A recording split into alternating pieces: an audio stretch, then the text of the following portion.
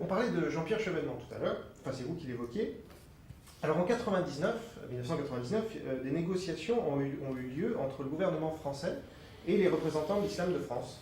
Je ne sais pas si vous en faisiez partie, mais c'était en vue de la création du CFCM. Je faisais partie. Très bien. Alors à ce moment-là, la notion de liberté de conscience a été discutée et malheureusement refusée par les dits représentants sous pression. Alors d'après mes informations, vous allez pouvoir dire ce que vous en pensez, sous pression de l'UOIF, qui dépend du CEFR, donc le Conseil européen de la fatwa et de la recherche, qui est basé à Londres et qui est dirigé par Youssouf Al-Qaradawi, qui est loin d'être un modéré, pour le coup, et qui est très connu dans le monde arabo-musulman pour notamment ses émissions sur la chaîne Al Jazeera. Comment expliquez-vous encore qu'aujourd'hui, en 2010, les musulmans ne puissent pas jouir théoriquement, je ne dis pas pratiquement, mais théoriquement et collectivement de la liberté de conscience, c'est-à-dire du droit d'apostasie? Alors, en 1999, il y a eu effectivement des négociations parce que M. Jean-Pierre Chevènement, qui avait lancé ce qu'il a appelé lui-même la consultation, et il lui a donné sa traduction en arabe, l'Istishara, et il a réuni ce que je trouve, parce qu'il y avait un historique avant 1999 de plusieurs ministres de l'Intérieur précédents qui ont voulu organiser l'islam. Et lui, si vous voulez, il s'est basé sur une donnée, c'est de réunir autour d'une table tous les responsables d'associations gestionnaires de lieux de culte, dont faisait partie l'UOIF, qui est une organisation assez ancienne ici en France. Et M. Jean-Pierre Chevènement a proposé donc à chaque association de signer ce qui était intitulé comme texte principes généraux et fondements de la relation entre l'État et les associations musulmanes. De tête, mémoire, je n'ai pas de chiffre, j'ai pas, l'intitulé exact. Et effectivement, aujourd'hui, il y avait une disposition sur la liberté du musulman de changer de religion. De toute manière, la Convention européenne des droits de l'homme l'a proclamé. Donc aujourd'hui, sur le débat laïque, il n'y a pas de question sur ce point. Pardonnez-moi, mais il y a quand même donc une déclaration d'Alain Billon, qui était conseiller de Jean-Pierre Chevènement, qui est relatée dans la revue Islam de France numéro 8 de l'an 2000, donc faite par des musulmans. Je cite: « Le maintien de la mention initiale explicitée et isolée au droit de changer de religion a été considéré par eux, donc l'UOIF et donc l'ensemble des associations musulmanes, comme inutile et blessant. Cette objection a été jugée fondée. » Non, parce que ça paraissait à l'époque. On peut rouvrir le débat aujourd'hui, ça fait un peu plus de 10 ans. Absolument. Mais à l'époque, on estimait que c'était faire un procès d'intention aux musulmans de leur imposer, dans un texte qui allait sceller la relation entre l'État et les associations musulmanes, sur ce point particulier. Et ce qui avait été dit à l'époque au ministre de l'Intérieur, est-ce que pour les autres organisations religieuses, vous leur auriez imposé une telle disposition? Justement, c'est ce qui a été imposé aux Juifs, notamment pour le Sanhédrin. Je ne sais pas. Là, écoutez, moi je veux être très honnête avec vous. Et puis même, quand bien même, oui. Disons que la possibilité de changer d'une religion, ça doit être... Aujourd'hui, est-ce que c'est le cas dans l'islam? Vous dites oui. Il y a beaucoup de musulmans, je ne dirais pas les musulmans, mais il y a beaucoup de musulmans pour qui c'est même pas imaginable. Parce que pour eux, ils sont nés musulmans. D'ailleurs, on est musulmans. Et puis après, ça se transmet, et puis c'est tout. Et on ne peut pas changer. Et d'ailleurs, il y a beaucoup de pression sociale qui sont exercées sur des gens... On est musulmans, non. Il y a des gens qui... bien sûr qu'on est musulmans, il y a des gens qui se convertissent à l'islam. Oui, bien sûr. Il y en a beaucoup, bien sûr. Je veux dire, ceux qui naissent musulmans... Oui, il n'y a pas de problème. Non. Alors, vous reconnaissez quand même, il y a la pression sociale qui est exercée sur des gens qui... Par exemple, il y a des livres de M. Fadel, par exemple, qui écrivent que, effectivement, s'ils veulent changer, se convertir au christianisme ou devenir athée, simplement, disons que le musulman théoriquement, est légitimé à pouvoir exercer une pression suffisamment forte pour que cela ne se fasse pas. Écoutez, en islam, et surtout l'islam majoritaire en France, c'est le sunnisme. Hein, nous sommes en grande majorité sunnites, tous ici en France. Et dans cette catégorie, bon, il y a les chiites, il n'y a pas de clergé. D'accord ? Et aujourd'hui, aucun musulman ne peut se permettre de dire à un autre musulman ce qu'il doit ou ce qu'il ne doit pas faire. Non, nous avons bien que ça se passe quand même.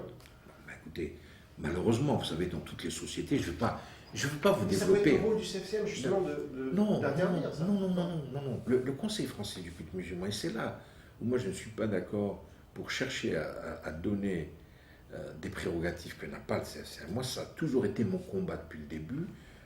Je suis resté constant de 99 à aujourd'hui. J'ai toujours dit que le Conseil français du culte musulman ne devait pas devenir une sorte de conseil de la Fétoie où nous sommes des gestionnaires de lutte culte. Point. Mais là, c'était le Conseil européen de la Fatwa et de la recherche qui a imposé cette décision à l'UOIF, qu'il allait même imposer aux associations. Ça fait partie. L'UOIF est une association. Ouais. D'accord ? S'il y avait une unité entre toutes les associations musulmanes, il n'y aurait qu'une seule association. Aujourd'hui, il y a plusieurs associations. C'est que ces associations ont des sensibilités plus ou moins fortes. D'accord ? Le but du CFCM, qui, de mon point de vue, est un instrument qu'il faut absolument protéger, et qui ne peut avoir qu'un seul but, c'est d'organiser les lieux de culte, de s'occuper aujourd'hui des carrés musulmans, parce qu'il y a un problème pour enterrer les musulmans sur l'Hexagone. Selon votre rite. Ah oui, absolument. Bien sûr, carré musulman, j'ai parlé. Et il y a le problème des lieux de culte. Et je considère que le CFCM, qui s'inscrit dans les règles de la laïcité, c'est une association de 1901 qui n'est ni subventionnée par l'État ni par personne. Il vit des cotisations des adhérents de cette association, à peu près 1800 lieux de culte, doit absolument ne s'occuper que de cela. Le CFCM n'a pas donné un avis religieux, et même lorsque il y a eu la question de la loi sur le foulard, pour aller vite, de 2004, ou la loi sur la burqa, etc., nous n'avions pas à donner un avis religieux. Mais à titre personnel, vous êtes choqué quand même qu'on puisse dire la liberté de conscience, c'est pas pour les musulmans finalement parce que Non, je dis que aujourd'hui, nous sommes une religion comme les autres. Moi, personnellement, je l'ai écrit de partout. On m'a même critiqué en disant que moi, je m'inscris dans une religion commune. Alors, si vous me posez la question à moi, à titre personnel, concernant cette liberté, pour moi, c'est une forme d'échec parce que, comme je vous le disais au début de mon propos, c'est que nous sommes la dernière religion monothéiste révélée. D'accord ? On y croit, on n'y croit pas. Moi, je vous parle de mon sentiment personnel. Il y a eu deux religions avant la mienne. Ces deux religions s'inscrivent totalement dans ma religion à moi. Et le fait qu'un musulman puisse sortir de cette religion pour aller vers une autre des deux premières, ou carrément devenir athée, etc., c'est véritablement un échec en tant que, je dirais, porteur d'une foi. J'ai partagé et c'est quelque chose qui me blesse énormément. Mais après, je vous l'ai dit, aujourd'hui, tout musulman, lorsqu'il fait quelque chose, personne, je dis bien personne, l'imam, nous n'avons pas de hiérarchie, l'imam c'est la personne qui se met devant au moment de la prière.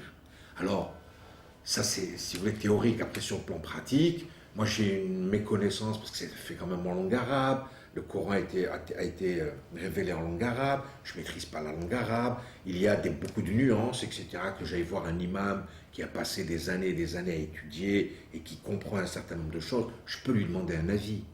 Mais lui n'a pas le droit de me dire tu fais ça ou tu ne fais pas ça. Moi, je n'ai pas le droit de dire à un musulman tu fais ça ou tu ne fais pas ça. C'est ça également la force cette religion. Et donc, aujourd'hui, quand quelqu'un veut quitter cette religion, c'est sa liberté, c'est son droit. Donc ça vous choque si des gens prétendent qu'ils n'ont pas le droit ou que aujourd'hui... Ça ne me choque pas, je vous dis, ça me blesse, moi, à titre personnel, que quelqu'un quitte la religion musulmane, parce que Oui. en réalité, et de plus en plus maintenant, parce que la religion musulmane, quelque part, elle est sur le banc des accusés, ça devient de plus en plus dur. Moi, vous pensez, tout à l'heure, on a balayé ça très vite, mais je suis extrêmement triste de voir que dans un sondage, qu'on peut faire parler comme on veut effectivement, mais aujourd'hui, quand je marche dans la rue, j'ai l'impression qu'il y a beaucoup de gens qui ne m'aiment pas, ou qui n'aiment pas ma religion, et ça me fait mal au cœur parce que ce n'était pas le but. C'est pas le but. Aujourd'hui, mon livre en 2005, ça fait 6 ans aujourd'hui, c'était pour montrer la compatibilité des règles de la République avec la pratique religieuse musulmane. Aujourd'hui, je me bats tous les jours, je prends beaucoup de mon temps pour montrer que c'est une religion qui ne comporte pas en elle des rites qui peuvent provoquer, irriter les autres. Malheureusement, je sais pertinemment, et depuis le 11 septembre, c'est-à-dire que je ne me cache pas, je ne suis pas un idéaliste en vivant de chimères. Je sais pertinemment que le 11 septembre a changé la donne, parce que on a tué au nom de l'islam. Et ça me gêne beaucoup. Vous pensez, même quand je le dis aujourd'hui, j'en suis encore ému. Et j'essaye d'expliquer et d'essayer, si vous voulez, de prendre une voix, de dire, quand j'ai décidé d'écrire sur Éric Zemmour, moi j'ai des amis qui m'ont dit, mais pourquoi tu écris sur Éric Zemmour? Parce que c'est une question que je me suis posée. Mais en même temps, Éric Zemmour est aujourd'hui, je dirais, un symbole de la période dans laquelle nous sommes, où il y a énormément de raccourcis, parce que l'information va très vite. Aujourd'hui, vous me donnez l'occasion de parler longuement, mais vous imaginez... C'est grâce à Internet. Hein. Mais oui, mais imaginez qu'un de vos confrères, j'aurais dit 2 minutes, une phrase, et cette phrase, elle aurait été, je dirais, expliquée de mille et une manières, etc., etc. C'est ça qui, moi, me fait de la peine. Éric Zemmour, et je l'ai dit dans la 4e de couverture, c'est un pessimiste, c'est quelqu'un qui a un regard sur le passé. Moi, j'ai un regard sur l'avenir, je suis optimiste, parce que j'estime aujourd'hui que la France est un pays qui, de par son histoire, de par son organisation, comment elle peut capter, parce que les musulmans, ce n'est pas les premiers immigrés.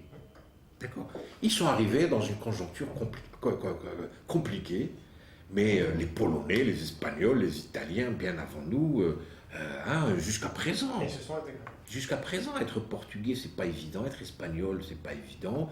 On le rappelle de temps en temps quand même que, voilà. Moi, j'espère que le musulman va très vite s'intégrer, mais, et je le dis dans mon livre, je m'appelle Shamseddine Hafiz, Éric Zemmour s'appelle Éric Zemmour. Je pense que lorsque j'agis quotidiennement, je ne pense pas que je fais rougir la France. Bien au contraire. C'est pour ça que je suis chevalier de la Légion d'honneur. Bien. Merci beaucoup, Monsieur Hafiz, de nous avoir accordé cet entretien.